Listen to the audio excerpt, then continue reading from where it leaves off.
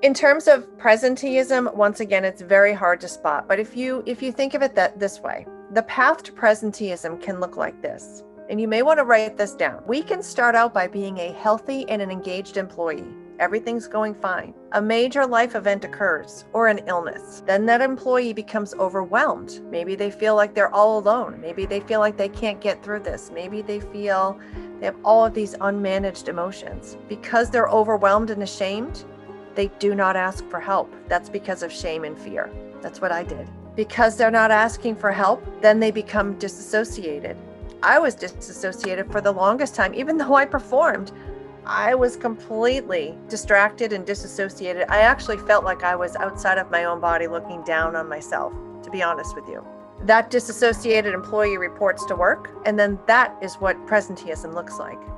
How can we reverse that? When an employee is experiencing presenteeism and you as a leader see it, reach out to that employee.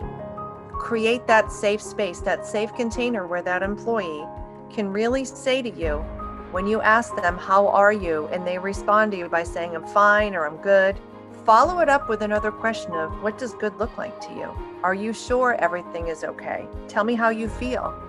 Open up that additional dialogue, because you may, just by giving that employee the permission to be safe, seen, and heard, may bring that employee and give that employee the power to step forward and say, you know what, I'm really not okay. I'm really not. I'm overwhelmed with work, with COVID, with kids. I'm experiencing dark thoughts. I'm having a hard time getting up in the morning. I'm crying all the time. I'm not able to eat, or I'm eating too much.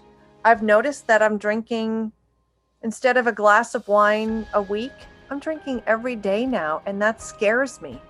You could open up a conversation just like that, just by following up a how are you with a how are you really doing. Then that employee could potentially engage with peer support or the employee assistance program, which further opens up that dialogue.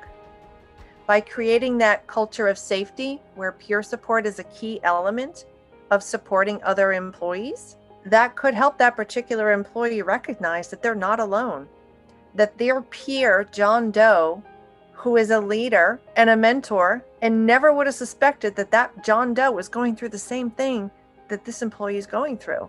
You know, if we end up in the hospital with a heart attack, people know about it. If we end up in the hospital with a stroke, we talk about it. If we end up in the hospital in the behavioral health unit because we've had a breakdown, or because we are strong enough and brave enough to say, I can't do this anymore, I need help, we don't talk about it.